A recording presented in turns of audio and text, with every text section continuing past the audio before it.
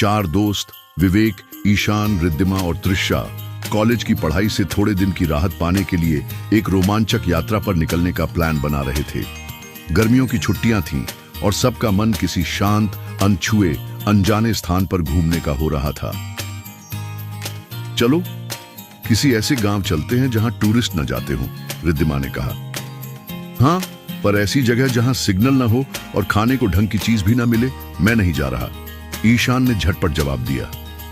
विवेक ने Google maps खोलते हुए कहा, एक जगह है, नाम अजीब सा है, कालगांव। कुछ खास जानकारी नहीं है, बस एक धुंधली सी फोटो है। लगता है बहुत समय से वहां कोई नहीं गया। नाम ही काफी है डराने के लिए, तृषा मुस्कुराई। पर हां, थोड़ा डर हो तो एडवेंचर मजेदार होता है। तय हुआ, चारों अगले दिन सुबह निकलेंगे और अपनी कार से कालगांव की ओर बढ़ेंगे। रिद्धिमा ने अपने पापा की जीप अरेंज कर ली। चारों बैग पैक कर चुके थे। कैमरा, टॉर्च, स्नैक्स, पानी, पावर बैंक, सब कुछ। रास्ते में हंसी मजाक, गानों की धुन और हल्के फुल्के झगड़े चल रहे थे। करीब 6 घंटे की ड्राइव के बाद उन्हें एक सुनसान रास्ता मिला जो किसी घने जंगल की ओर जाता था। उसी रास्ते पर एक पुराना जंग लगा साइन बोर्ड दिखाई दिया, कालगांव 12 किलोमीटर। ईशान ने चुटकी ली, अब भी वापस जा सकते हैं। तृषा ने चुपचाप कैमरा ऑन किया, अगर कुछ अजीब हुआ तो यह सब रिकॉर्ड में आ जाएगा। जैसे जैसे कार गांव के करीब पहुंच रही थी, मोबाइल सिग्नल गायब हो चुका था। जंगल घना और रास्ता उबड़ खाबड़ था। अचानक एक मोड़ पर उन्हें एक बूढ़ा आदमी मिला जो लकड़ी के सहारे खड़ा था। विवेक ने खिड़की खोलकर पूछा, बाबा, ये कालगांव किधर है? बूढ़े ने उनकी ओर बिना झपकाए देखा, फिर कहा, वहां मत जाना, जो वहां गए वो लौटे नहीं। गांव अब गांव नहीं रहा, वहां कुछ जाग गया है। ईशान ने मजाक उड़ाते हुए कहा, ओल्ड स्कूली हॉरर डायलॉग। पर तृषा और रिद्धिमा थोड़ा असहज हो गईं। कार आगे बढ़ी। सूरज ढल रहा था। जब वे गांव के करीब पहुंचे तब तक आसमान नारंगी हो चुका था। गांव में घुसते ही एक अजीब सी ठंडक महसूस हुई, जबकि मौसम गर्म था। वहां सब कुछ वीरान था। घरों के दरवाजे टूटे हुए, खिड़कियां खुली और झूलती हुई। कोई नहीं था, कोई आवाज नहीं थी, यहां तक कि पक्षी भी नहीं चहचहा रहे थे। चारों ने गांव के बीचों बीच एक पुराना सा हवेली नुमा घर चुना, जहां वे रात गुजारने वाले थे। घर के भीतर बेशुमार धूल थी, मगर कोई बड़ा नुकसान नहीं था। वे अपने बैग लेकर अंदर चले गए और मोमबत्तियां जलाकर उजाला किया। रात जैसे जैसे गहराई, हवाएं तेज होने लगीं। खिड़कियां अपने आप बंद हो रही थीं। फिर अचानक खुल जाती। दरवाजे को ठीक से बंद करो ईशान, रिद्धिमा ने डरते हुए कहा। मैंने बंद किया था, ईशान बोला, शायद हवा ज्यादा है। रात के करीब 1 बजे तृषा की नींद खुली। उसे लगा कोई उसके पास खड़ा है। उसने आंखें मल कर देखा, वहां कोई नहीं था, पर कमरे में तापमान अचानक गिर गया था। उसी समय दूसरे कमरे से रिद्धिमा की चीख सुनाई दी। तीनों भागकर उसके पास पहुंचे। रिद्धिमा बिस्तर पर बैठी कांप रही थी। क्या हुआ? विवेक ने पूछा। मैंने खिड़की से बाहर किसी को देखा। उसका चेहरा नहीं था, बस गहरा काला साया, और वो बस देख रहा था। सब थोड़े घबरा गए, पर विवेक ने समझदारी से कहा, शायद कोई भ्रम हो। रात के अंधेरे में ऐसी चीजें दिख जाती हैं। पर अगली सुबह सब कुछ और अजीब हो गया। जब वे गांव में घूमने निकले तो पाया कि पूरा गांव एक ही स्थिति में जैसे ठहरा हुआ है, जैसे समय थम गया हो। खेतों में पुराने औजार रखे थे, मगर किसी ने उन्हें छुआ तक नहीं। घरों में बर्तन ऐसे थे जैसे किसी ने खाना बनाते बनाते छोड़ दिया हो। मंदिर का घंटा टूटा हुआ था और मूर्ति पर काला कपड़ा ढका था। विवेक ने मंदिर की दीवारों पर कुछ लिखा देखा, संस्कृत में कुछ वाक्य, यत्र मृतम तत्र शून्यम, यत्र शून्यम तत्र तामसः। जहां मृत्यु है वहां शून्यता है, और जहां शून्यता है वहां अंधकार है। उसी रात जब सब लोग सो रहे थे, तृषा एक अजीब सी आवाज सुनकर बाहर गई। हवेली के पिछवाड़े एक सूखा कुआं था, वहां से जैसे कोई बड़बड़ा रहा था। उसने झांक कर देखा, कुएं में कोई नहीं था, पर वह आवाज अब उसके कानों में गूंज रही थी। तुम आए हो, बलिदान पूरा होगा। त्रिशा बेहोश हो गई। सुबह जब सब उठे तो देखा त्रिशा वहां नहीं थी। बाहर ढूंढने पर वो कुएं के पास बेसुध मिली। वो जाग तो गई, लेकिन अब उसकी आंखें अजीब सी लग रही थीं और उसकी आवाज में एक ठंडापन था। त्रिशा को कुएं के पास बेसुध देखकर बाकी तीनों का दिल कांप उठा। रिद्धिमा ने उसे जोर से झकझोरा, त्रिशा, आंखें खोलो। विवेक ने उसकी नब्ज देखी। धड़कन थी पर बहुत धीमी। ईशान पानी की बोतल लेकर भागा और उसके चेहरे पर पानी छिड़का। कुछ ही देर में त्रिशा की आंखें खुली, लेकिन उसकी नजरें अजीब थीं, वो जैसे उन्हें पहचान ही नहीं रही थी। क्या हुआ था त्रिशा? तुम कुएं के पास क्या कर रही थी? रिद्धिमा ने पूछा। कुछ क्षण चुप रहने के बाद त्रिशा बोली, मैं नहीं जानती। जैसे किसी ने मुझे बुलाया था। वो आवाज मेरे अंदर तक गूंज रही थी। उसकी आवाज में ऐसा ठहराव था जो पहले कभी नहीं था। विवेक ने उसकी पीठ थपथपाई। कोई बात नहीं, तुम आराम करो, हम कुछ देर यहां से दूर चलते हैं, शायद ताजगी मिले। चारों दोस्त गांव के बीचों बीच बने उस पुराने कुएं से कुछ दूरी पर बने एक स्कूल की इमारत की ओर चल पड़े। वो स्कूल अब वीरान हो चुका था। दरवाजे टूटे हुए, दीवारों पर सीलन और जगह जगह छेद। अंदर एक कक्षा के ब्लैक बोर्ड पर किसी ने खून जैसे गाढ़े लाल रंग से लिखा था, वो अभी यहीं है। ईशान की हंसी छूट गई। अरे यार, कोई इस जगह को हॉरर मूवी का सेट बना गया है क्या? लेकिन रिद्धिमा को कुछ महसूस हुआ। एक ठंडी सांस उसकी गर्दन से टकराई थी, जैसे कोई पास खड़ा हो और फूंक मारे। उसने चौंक कर पीछे देखा, कोई नहीं था। चलो यहां से, उसने धीमे से कहा। वापस लौटते समय त्रिशा ने एक पुराना मकान देखा जिसकी दीवार पर एक छोटा सा दरवाजा था, ऐसा जो बच्चों के लिए हो, वयस्कों के लिए नहीं। वह उस ओर खींचती चली गई। त्रिशा, रुको, वहां क्यों जा रही हो? विवेक ने चिल्लाया, लेकिन त्रिशा जैसे किसी ट्रांस में थी। वो दरवाजा खोलती है और अंदर घुस जाती है। बाकी तीनों उसके पीछे भागते हैं। उस कमरे में घुप अंधेरा था। टॉर्च जलाने पर देखा कमरा बेहद छोटा और घुटन भरा था, पर उसमें कई गुड़ियां रखी थीं। सबकी आंखें निकली हुई। दीवार पर लिखा था, जो भी यहां घुसेगा उसका अतीत उसका पीछा करेगा।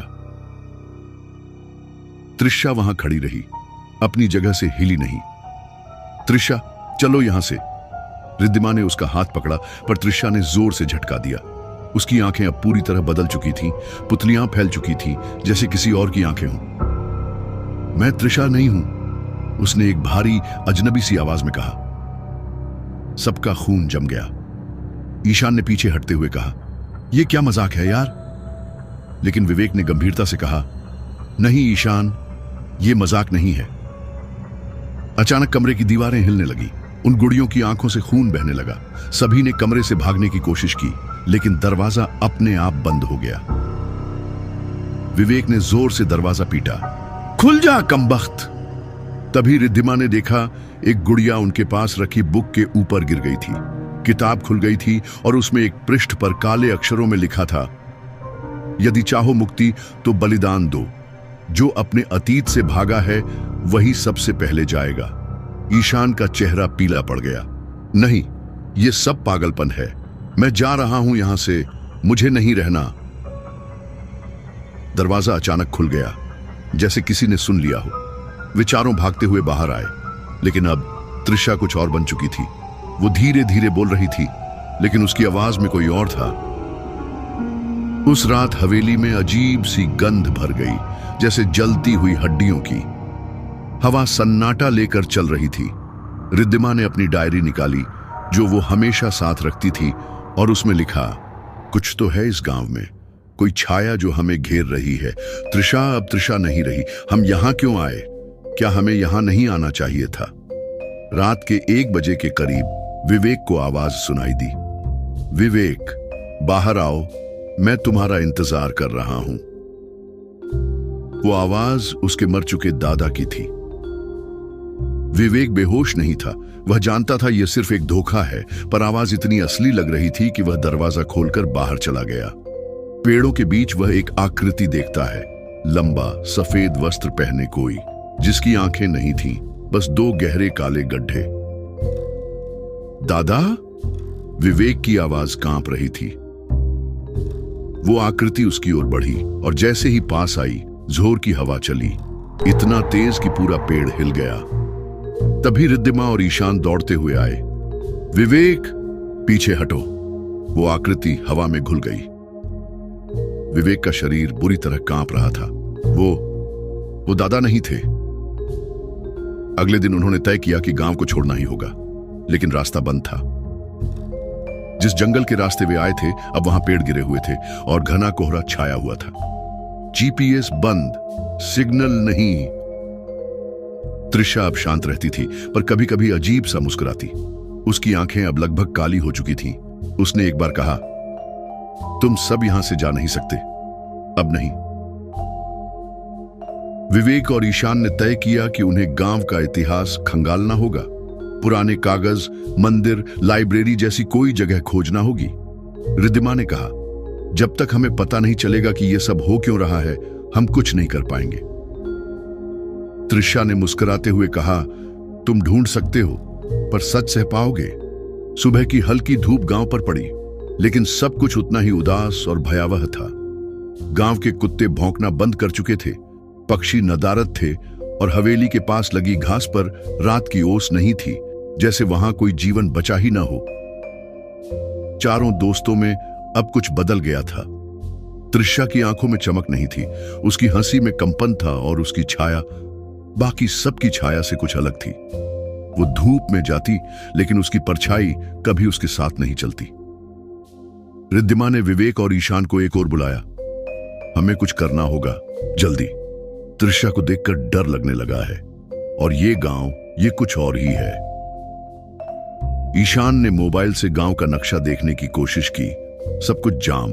वो बोले, जीपीएस बार बार घूमकर वहीं पहुंचता है जहां हम हैं, जैसे बाहर जाने का कोई रास्ता है ही नहीं। रिद्धिमा ने कहा, हमें गांव के सबसे पुराने हिस्से में जाना होगा, जहां से यह सब शुरू हुआ हो सकता है। तब उन्हें गांव के एक बुजुर्ग के बारे में याद आया, जिसका जिक्र गांव में लगे एक पुराने पोस्टर में था। पंडित हरिनाथ, जो कभी इस गांव के मुख्य पुरोहित थे और जिन्हें पागल घोषित करके गांव से बाहर निकाल दिया गया था। लेकिन गांव छोड़ने से पहले उन्होंने हवेली के बाहर एक शिलालेख लगवाया था, जिस पर लिखा था, जब जल, वायु, अग्नि और मृत्यु एक हो जाएं, तभी अंत होगा। विवेक ने पूछा, इसका मतलब क्या है? ईशान बोला, शायद ये कोई रिवर्स रिचुअल है जिससे हम त्रिशा को वापस ला सकें। रिद्धिमा ने कहा, शायद, लेकिन इससे पहले हमें यह जानना होगा कि यह सब शुरू कैसे हुआ। उन्होंने गांव के पुराने पुस्तकालय की ओर कदम बढ़ाए, जो एक गिरी हुई हवेली का हिस्सा था। वहां दीवारों पर अब भी पुराने कागज चिपके हुए थे। एक किताब जो अधजली हालत में मिली, उसमें लिखा था, कालगांव, जहां 178 साल पहले 21 बच्चों की बलि दी गई थी, एक दुर्भिक्ष को रोकने के लिए। ये बलि गांव के ही पंडित और राजा की सलाह पर दी गई थी। बच्चों को गांव के तालाब में डुबोया गया।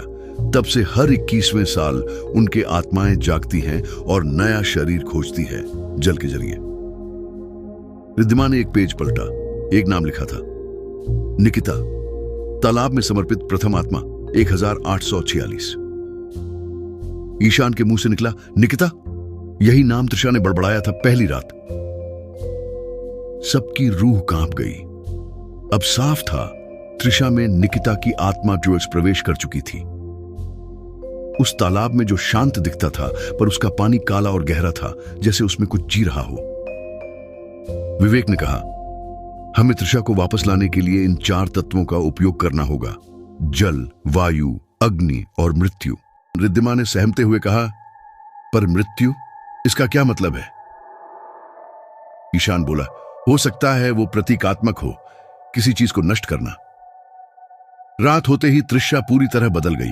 वो अब त्रिशा नहीं, निकिता थी। उसकी आवाज में एक खौफनाक मासूमियत थी। वो बोली, 2 दिन। तुम सब बहुत अच्छे हो, लेकिन मुझे अपना काम पूरा करना है। 21 आत्माएं अभी भी अधूरी हैं। मैं केवल पहली थी। वो हाथ उठाती है, हवा तेज चलने लगती है, खिड़कियां अपने आप खुलने बंधने लगती हैं। रिद्धिमा एक मंत्रोच्चार पढ़ती है जो उस किताब में था। निकिता चिल्लाती है, तू नहीं रोक सकती मुझे, ये गांव मेरा है, तुम सब मेरे लिए हो। तभी अचानक त्रिशा यानी निकिता बेहोश होकर गिर जाती है।